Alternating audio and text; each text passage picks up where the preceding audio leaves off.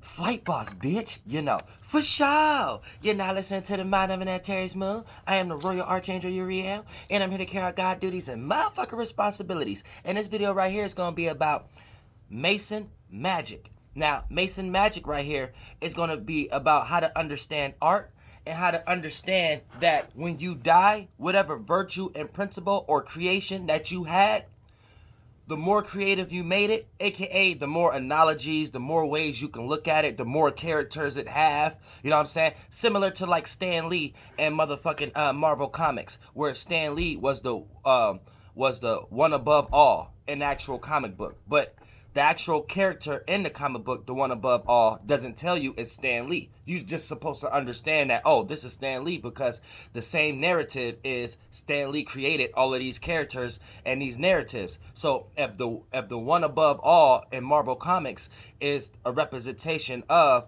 the most powerful, then this must be the mind of the author. And then that takes you into, little slick things that Marvel Comics did to let you know that it was Stan Lee and stuff like that. All right, now take this terminology, right? Don't think that terminology just came up with Stan Lee because you born now in the 20th century and some shit like that. This is something that if you go to school, you shake enough hands, make enough money, get enough bank accounts and things of that nature where you can have a fucking movie studios and things of that nature, or art studios and shit like that, then for the most part you're doing it for an agenda. Otherwise, that shit would get shut down a mile down the goddamn street. You know what I'm saying? With a fucking brick that the shadow government then threw that you don't even know who threw it because they hide their hands.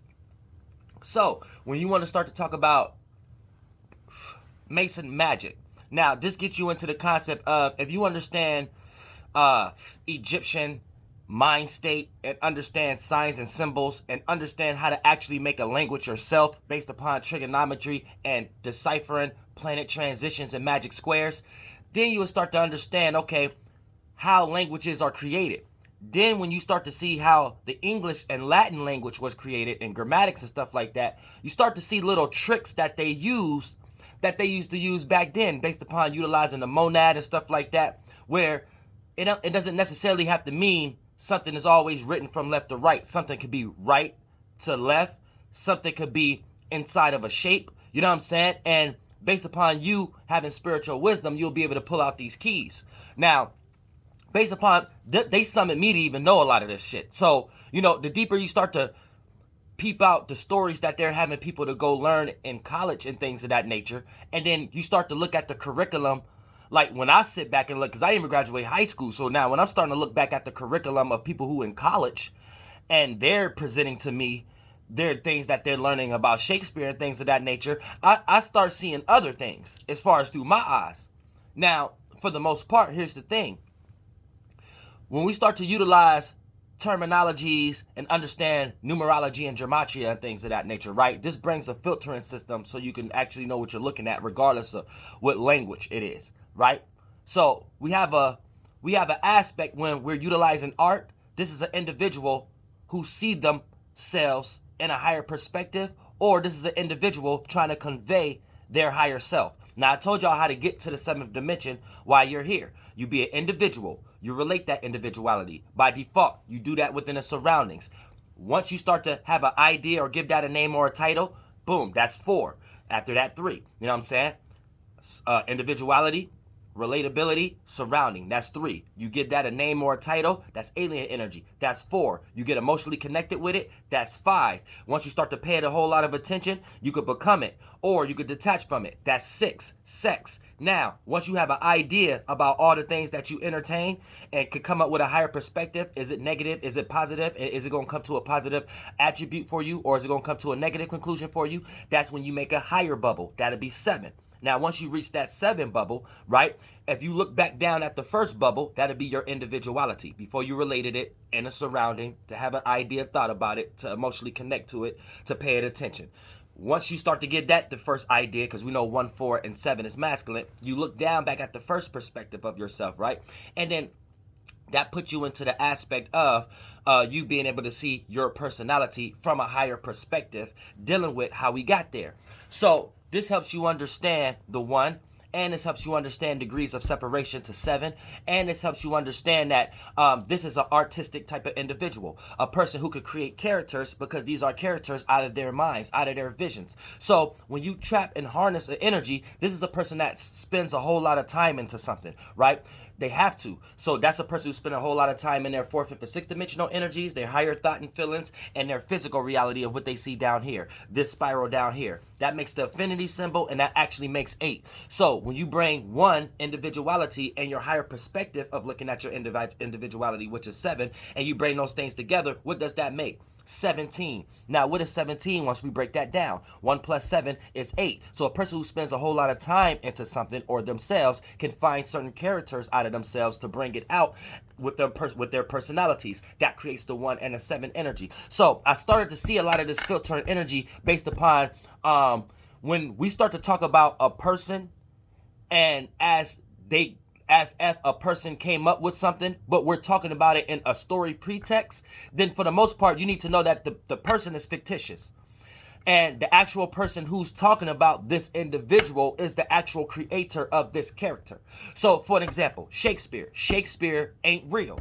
So it's kind of almost the same way how these Masons wrote the Bible and things of that nature, where the character is not real. So you're worshiping someone's vision, someone's personal vision, someone's personal 1 vision, 7 of how they see things in some way, shape, or form.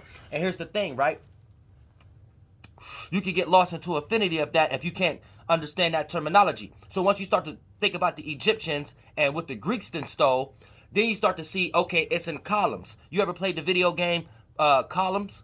So this is correlated to how they was building pillars and based upon diameters and things of that nature. So this puts you into a mind state of, if you're thinking about the Egyptian and things of that nature, then when we're writing text and stuff like that, that's why I tell y'all the England Bible that still got the pillars and the pictures in it, that'd be more sufficient to you understanding the numerology and gematria out of the Bible. Because for the most part, what they're actually doing is, it could be something that's just based upon a certain line.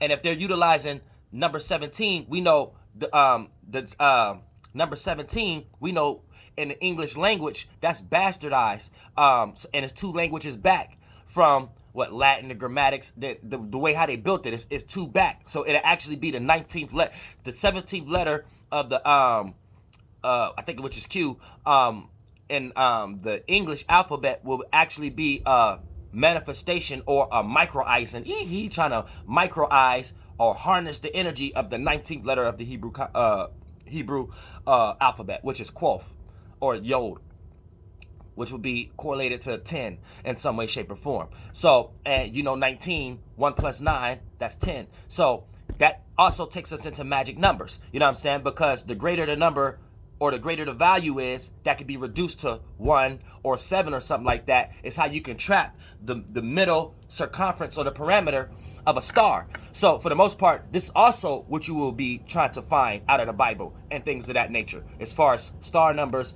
and the center of it, so you can know what we're actually pinpointing and what we're talking about as far as a virtue or principle.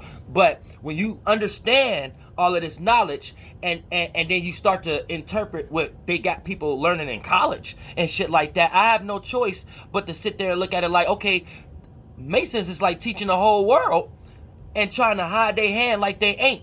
Because if you about to get ready to sit here and tell me, and I'm Archangel Uriel, if you about to get ready to sit here and tell me Shakespeare is real, you out your motherfucking mind. If you convincing people that Shakespeare was actually real, now you really got some blood on your hands. Because there's real spirits down here that I don't like type of stuff like that. Because y'all been teaching this for a long time. And Shakespeare isn't necessarily real. The person who invented, this is what's actually going on. You know what I'm saying? They didn't summon me to even know how to do this fucking shit. This was actually going on.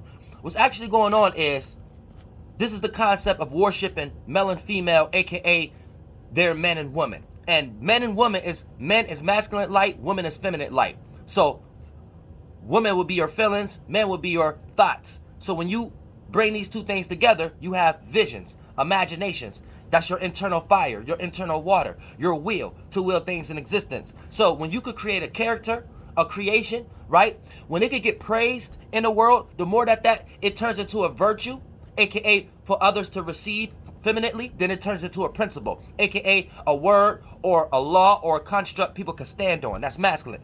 Now, for the most part, this is where we get into the Bible, how stars ruling or men and women living for 900 years and things of that nature, because that's a male star or a female star, their ability to have a vision.